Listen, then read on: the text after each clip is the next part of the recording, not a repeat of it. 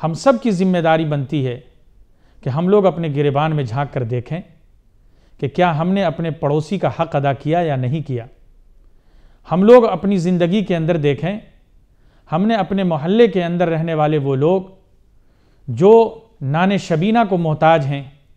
اور رات کی روٹی کھائے بغیر سو جاتے ہیں، کیا ان تک ہمارے ہاتھ پہنچے یا نہ پہنچے۔ ہمیں یہ دیکھنا ہے کہ وہ بھوکا جسے کھانے کی ضرورت تھی، کیا اس کے پاس کھانا پہنچا یا نہیں پہنچا۔ وہ ننگا جسے کپڑے کی ضرورت تھی، وہاں تک ہم پہنچ سکے کہ نہیں پہنچ سکے۔ اگر ہم نے ان تمام تر ضروریات پر اور اپنی زندگی پر اگر ہم نے غور نہیں کیا تو یاد رکھیے یہ کرونا وائرس نہیں بلکہ آنے والے وقت میں اللہ کی جانب سے، ایشور کی جانب سے، بھگوان لارڈ اور گاڈ کی جانب سے اسی طرح کے امتحانات میں دنیا کو ڈالا جائے گا، اور پھر اس وقت نہ تو کوئی حکومت کام آئے گی اور نہ ہی کوئی بادشاہ کی بادشاہت کام آئے گی۔ حضرت آپ نے کافی جانکاری دی، لیکن جو ہے بیتے دنوں میں ماضی میں بھی ایسی وبا اور مہاماریاں آتی رہی ہیں، پلیگ اور ہیجا کیا کیا ہے، اور اس سے پہلے بھی شاید قرآن کریم میں بھی بہت ذکر آیا ہے کہ حضرت نوح کو کشتی پہ سوار ہونے کو، وہ بھی ایک تباہی تھی۔ تو کیا کوئی ایسی جو قرآن کریم میں یا حدیث میں درج ہو، کیا کوئی ایسی وبا کا ذکر آپ فرما سکتے ہیں؟ پروفیٹ حضرت محمد صلی اللہ علیہ وسلم نے آنے والے واقعات اور حادثات کے سلسلے میں آپ نے پہلے ہی آج سے 1450 سال قبل آپ نے پیشین گوئیاں فرمائی ہیں، اور اللہ نے یہ بات بھی ارشاد فرمائی کہ دنیا میں کوئی ایسی بیماری نہیں ہے جس کا علاج ہم نے پیدا نہ کیا ہے، بلکہ ہر مرض کا علاج جو ہے اللہ رب العزت نے پیدا کر دیا ہے۔ لیکن اسی کے ساتھ ساتھ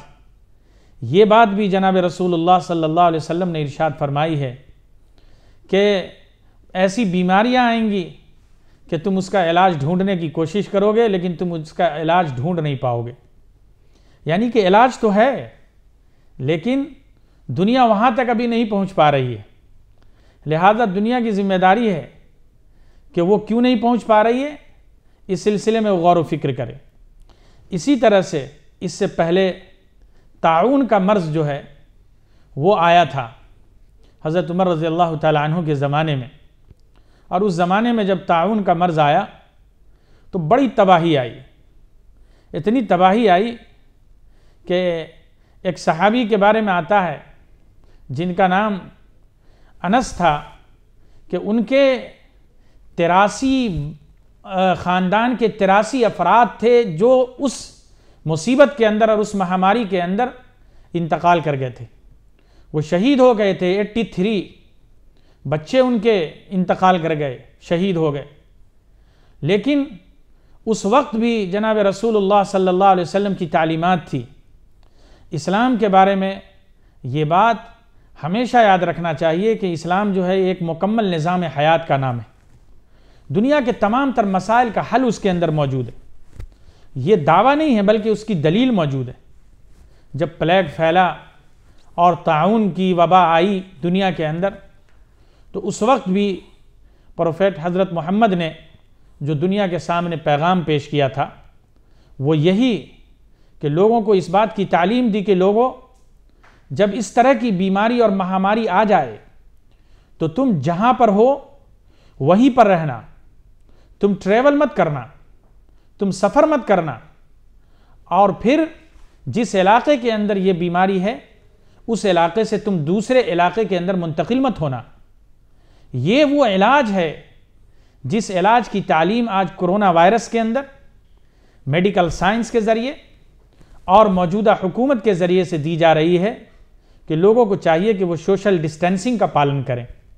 1450 سال قبل محمد الرسول اللہ صلی اللہ علیہ وسلم جو صرف مسلمانوں کے نبی نہیں بلکہ تمام انسانوں کے اور تمام مخلوقات کے میسنجر اور پیغمبر بنا کر کے بھیجے گئے، ان کی یہ تعلیمات ہے کہ لوگوں تم سفر مت کرو، جہاں بیماری آئے، جس ملک کے اندر بیماری آئے وہاں سے کہیں کسی دوسرے ملک کے اندر مت جانا، اور اگر تم کسی دوسرے ملک کے اندر ہو تو پھر وہاں سے سفر کر کے اس ملک کے اندر مت جانا جہاں پر یہ بیماری پھیلی ہوئی ہے۔ تو یہ وہ تعلیمات ہیں جو اسلام کی ہے، جو شریعت کی ہے، جو قرآن کی ہے، جو جناب رسول اللہ صلی اللہ علیہ وسلم کی ہے۔ افسوس اس بات پر ہے کہ مسلمان چونکہ اسلامی تعلیمات سے بالکل ناخواندہ ہے، عمومی طور پہ لوگ ناآشنا ہیں، وہ خود نبی کی سیرت نہیں جانتے، قرآن نہیں پڑھتے، اس کی وجہ سے وہ ان کو ایسے موقع پر عمل کرنے میں بڑی دشواریاں پیش آ رہی ہیں۔ یہ بہت ہی افسوسناک پہلو ہے۔ اسی لیے یہ بات کہی جاتی ہے کہ لوگوں کو چاہیے کہ وہ حضرت محمد کی سیرت کا مطالعہ کرے، وہ قرآن کو پڑھیں، شریعت کو جانیں، تاکہ ان کو آنے والے وقت میں جب بھی اس طرح کی صورتحال پیش آئے تو ایسی صورتحال میں ان کے سامنے نبی کی سیرت موجود ہو، جیسا کہ قرآن نے کہا ہے لَقَدْ كَانَ لَكُمْ فِي رَسُولِ اللَّهِ أُسْوَةٌ حَسَنَةٌ، کہ زندگی کے ہر پہلو میں، زندگی کے ہر لمحے میں جب بھی تمہیں کسی آئیڈیل شخصیت کی ضرورت پڑے تو ایسے موقع پر محمد رسول اللہ صلی اللہ علیہ وسلم کی سیرت اٹھا کر کے دیکھنا اور ان کی زندگی میں تلاشنا کہ آپ نے ایسے موقع پر کیا تعلیم دی ہے، کیا تربیت فرمائی ہے امت کی۔ لہذا مسلمانوں کی ذمہ داری ہے کہ آج کے ماحول میں جہاں ایک جانب ہماری حکومت نے جو ہدایات جاری کی ہیں اس کا پالن کرنا ضروری ہی نہیں بلکہ واجب اور فرض کے درجے میں ہے، تو دوسری جانب جناب رسول اللہ صلی اللہ علیہ وسلم کی جو تعلیمات ہیں اس پر عمل کرنا یہ فرض اور انتہائی ضروری ہے۔ حضرت آپ نے بڑی تفصیل گفتگو چل رہی ہے، اور آپ یہ بتائیں کہ یہ رمضان کا بابرکت مہینہ ہے اور رمضان اسلام کا تیسرا ستون ہے، جو 5 ستون اس میں سے تیسرا ہے، اور ہر عاقل بالغ مومن پہ رمضان فرض ہے، اور اس سے اوپری جو ستون ہے وہ نماز کا ہے۔ تو اس وقت کی ضرورت ہے کہ لوگ اکٹھا نہ ہوں، گیدرنگ نہ ہو، اجتماعیت کی شکل میں لوگ نہ ہوں۔ تو مسجدوں میں نماز نہیں ہو سکتی، تراویح نہیں ہو پا رہی ہے، رمضان کی عبادتیں لوگ مسجدوں میں بیٹھ کے کئی لوگ بیٹھتے تھے، نماز کے بعد تلاوتیں کر رہے تھے، ایک پریشانی آئی ہے۔ تو کیا یہ شریعت سے جائز ہے کہ مسجدوں میں جماعتیں نہ ہوں اور لوگ گھروں میں نماز پڑھیں؟ جیسے مسجد میں نماز پڑھنے کا ثواب 27 گنا ہے، اور روزہ کا اہتمام کرنا، مسجد میں جا کے افطار کرنا تھوڑا برکت ہے۔ تو گھروں میں اگر ہم نماز پڑھ رہے ہیں، تراویح گھروں میں پڑھ رہے ہیں اکیلے، تو کیا ہمارے ثواب میں کمی آئے گی کہ ہمیں وہی ثواب ملے گا؟ آپ نے بہت اچھا سوال کیا ہے اور یہ وقت کی ضرورت بھی ہے۔ سب سے پہلی چیز میں اپنے ان تمام مسلمان بھائیوں سے یہ درخواست کرنا چاہوں گا کہ اسلام کی جو تعلیمات ہیں، جناب رسول اللہ صلی اللہ علیہ وسلم نے جو ہمیں حکم دیا ہے اور قرآن نے جو یہ بات کہی ہے، یا ایھا الذین آمنوا اطیعوا اللہ واطیعوا الرسول، کہ اے ایمان والو تم اللہ اور اس کے رسول کی اطاعت کرو۔ تو یہ جو اطاعت ہے، اطاعت کا یہ مطلب نہیں ہے کہ جس طرح سے ہم آج نماز پڑھ رہے ہیں اسی طرح سے ہم کل بھی نماز پڑھتے رہیں گے، یا جس طرح سے آج ہم روزہ رکھ رہے ہیں اسی طرح سے آنے والے مہینے میں بھی ہم روزہ رکھتے رہیں گے۔ اطاعت کا مطلب یہ ہے کہ جو چیز جس طرح سے جس وقت کے لیے جناب رسول اللہ صلی اللہ علیہ وسلم آپ کو حکم دیتے ہیں اس چیز کو اسی طرح سے کرنا، یہ اطاعت ہے، اور اسی کو سنت کہا گیا ہے۔ سنت کا یہ مطلب نہیں ہے کہ فجر کی نماز ہے اس سے پہلے 2 رکعت سنت ہے، ظہر کی نماز ہے اس سے پہلے 4 رکعت سنت ہے۔ اب عام طور پہ لوگوں کو یہ دیکھا جاتا ہے کہ وہ 4 رکعت سنت کو غائب کر دیتے ہیں اور ظہر کی نماز کے بعد پھر وہ 4 رکعت سنت پڑھتے ہیں۔ تو سنت یہ نہیں ہے، سنت کا طریقہ یہ ہے، اس کی تعریف یہ ہے کہ جس چیز کو جس طرح سے جس وقت جیسا کر کے جناب رسول اللہ صلی اللہ علیہ وسلم نے دکھایا ہے اسی طریقے سے کرنا یہ سنت ہے، اور حالات کا جو تقاضا ہے اس تقاضے کے مطابق جو آپ کی تعلیمات ہیں اس تعلیمات پر عمل کرنا، اس کو جو ہے اطاعت کہا جاتا ہے۔ مثال کے طور پہ ابھی گزشتہ رمضان میں ہم لوگ معمول کی زندگی گزار رہے تھے، ایسی صورت میں کسی طرح کی کوئی رکاوٹ نہیں تھی، لیکن آج گزشتہ رمضان کے مقابلے میں صورتحال بالکل مختلف ہے، لہذا ایسی صورت میں جو اسلام کا حکم ہے وہ بالکل الگ ہے۔ اس لیے جناب رسول اللہ صلی اللہ علیہ وسلم نے ایسے موقع پر اور اس طرح کی مہاماری کے تعلق سے باقاعدہ آپ نے سوشل ڈسٹینسنگ کی تعلیم دی ہے، لوگوں کو ایک دوسرے سے الگ رہنے کی تعلیم دی ہے۔ حضرت حسین رضی اللہ تعالی عنہ کو اللہ کے نبی صلی اللہ علیہ وسلم نے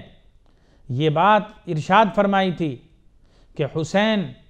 جذام برس کے مریض کو بہت زیادہ غور سے مت دیکھا کرو،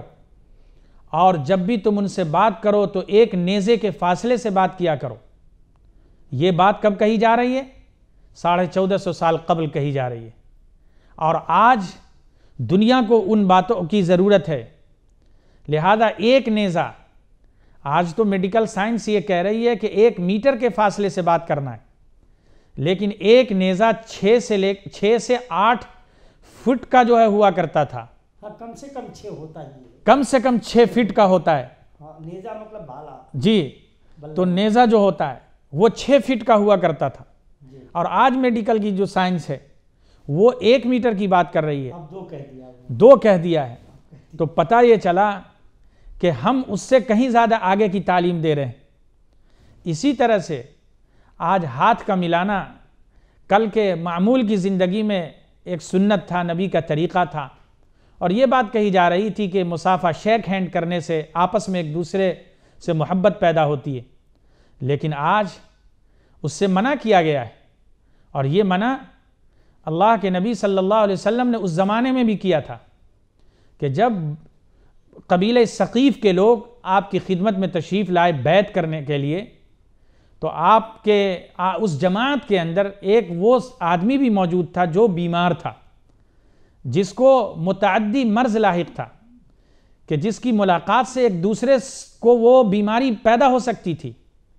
آپ نے تمام لوگوں سے بیعت کی اور اس آدمی کو منع کر دیا اور کہا کہ میں نے تمہاری غائبانہ بیعت جو ہے قبول کر لی۔ کیوں؟ اس لیے کہ وہ مریض تھا،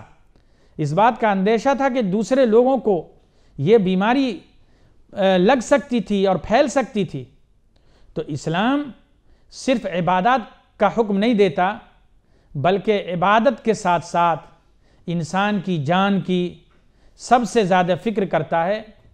اور جان کی سب سے زیادہ حفاظت کی تعلیم دیتا ہے۔ اسی لیے اسلام نے یہ تعلیم دی ہے کہ جان ہے تبھی جہان ہے، جان ہے تبھی عبادت ہے، جان ہے تبھی رمضان ہے، جان ہے تبھی روزہ ہے، جان ہے تبھی حج اور زکوٰۃ اور صدقات ہے۔ تو جو مستحق عوام ہیں جن کی روزی روٹی بند ہے، ان کی امداد کے بارے میں شریعت کا کیا کہنا ہے؟ اور ایسے برے حالات میں، ویسے تو اسلام ہمیشہ 12 مہینے کہتا کہ لوگوں کی امداد کریے مستحق کی، لیکن ایک خصوصی موقع کہ ایسے بھی لوگ ہیں کہ جو آپ کے سامنے ہاتھ بھی نہیں پھیلا سکتے، تو ان کے لیے کیا شریعت نے حکم دیا ہے اسلام نے؟ بہت اچھا سوال ہے آپ کا، کہ اس وقت جو حکومت کی جانب سے لاک ڈاؤن کا فیصلہ ہے، یہ وقت کی ضرورت ہے، اور ہماری زندگی کے حفاظت کے لیے اس کے علاوہ کوئی دوسرا راستہ نہیں ہے۔ لہذا ہم سب کو حکومت کے اس لاک ڈاؤن کو ماننا ہے اور اس پر عمل کرنا ہے، کیونکہ یہی ایک راستہ ہے اس بیماری سے بچنے کا۔ لیکن اسی کے ساتھ ساتھ ہمارے محترم وزیر اعظم نے اپنی تقریر میں بارہا یہ بات کہی ہے کہ کوئی بھی غریب رات میں بھوکا نہ سوئے، اس کا بھی خیال آپ کو کرنا ہے۔ تو جہاں ایک جانب حکومت کی ذمہ داری ہے وہ حکومت اپنی ذمہ داری پوری کرے، اور ظاہر ہے وہ اپنے تئیں پوری کر رہے ہوں گے،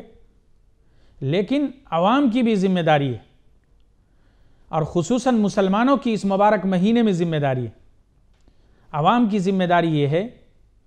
کہ اگر ہم یہ چاہ لیں کہ ہمارے گھر ہمارا پڑوسی،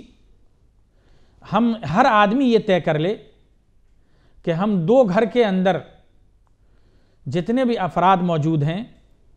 ہم ان کو اپنے گھر میں کھانا بنا کر کے اور اس کے بعد وہاں تک کھانا پہنچائیں گے۔ ہر آدمی اگر اس بات کو سوچ لے، اگر آدمی اس بات کو طے کر لے کہ ہم 2 آدمی کو کھانا دیں گے، تو آپ یہ بتائیے کہ جہاں ہم 4 آدمی کا کھانا بنا رہے ہیں، کیا اس کھانے کے اندر ہم 2 آدمی کا کھانا نہیں نکال سکتے ہیں؟ شریعت کے اندر ایک اصول ہے، طعام الواحد یکفی الاثنین، ایک آدمی کا کھانا 2 آدمی کے لیے کافی ہوتا ہے، 2 آدمی کا کھانا 4 آدمی کے لیے کافی ہوتا ہے۔ تو مل بانٹ کر کے کھانے کا حکم، میں کھاؤں، یہ تعلیم نہیں ہے، یہ کسی بھی مذہب کی تعلیم نہیں ہے، بلکہ ہم سب کھائیں، یہ تمام ادیان و مذاہب کی تعلیم ہے۔ لہذا ہم سب کی ذمہ داری ہے کہ جب ہم اپنے گھر کے اندر کھانا پکائیں تو اس میں کچھ اضافہ کر لیں۔ جناب رسول اللہ صلی اللہ علیہ وسلم نے اپنی زندگی میں یہ تعلیم ان لوگوں کو، اس زمانے کے لوگوں کو یہ بات کہی تھی کہ لوگوں، جب تم سالن بنایا کرو تو اس میں شوربے کا اضافہ کر لیا کرو۔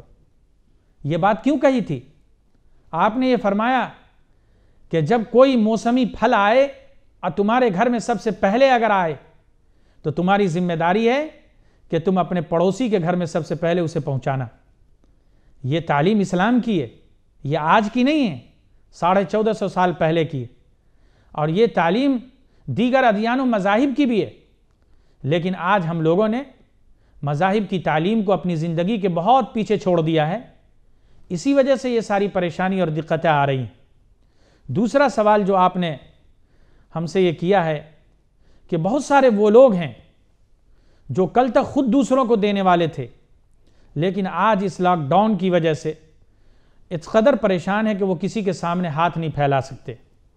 قرآن نے کہا لا یسألون الناس الحافا، کہ ایسے لوگوں کو ڈھونڈو۔ عام طور پہ مسلمان